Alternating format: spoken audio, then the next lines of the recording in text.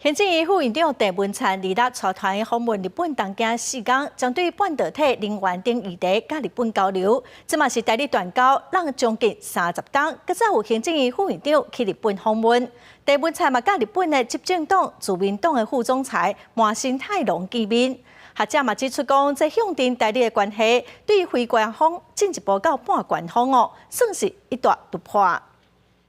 那希望未来能够展现台日2个国家产业合作的潜力跟实力。行政院副院长郑文灿26率领经济产业交流团访问日本东京4天，除了拜会日商，嘛强化半导体产业链会当和能源重要政策顶悬进行交流对话。郑文灿嘛伫面册顶悬抛出甲驻日代表谢中庭做伙拜会日本自民党副总裁麻生太郎，佮政调会副会长铃木幸佑的相片。这嘛是台日断交了后，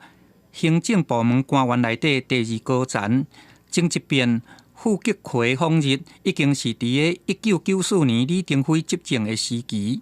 那这个行政位阶仅次于这个副总统的行政院副院长，他有一定的这个代表性，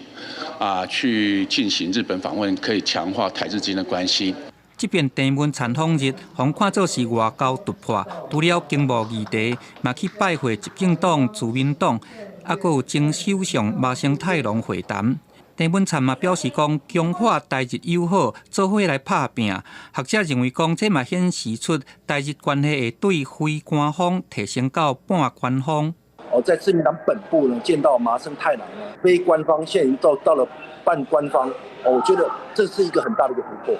除了台日关系受到关注，美国联邦众议院军事委员会主席众议员罗杰斯，伊嘛带团来台湾，拢总有9位两党的众议员，这是最近这几年来上介大美国国会议员来访问团，会伫下晡来觐见总统蔡英文。记者综合报道。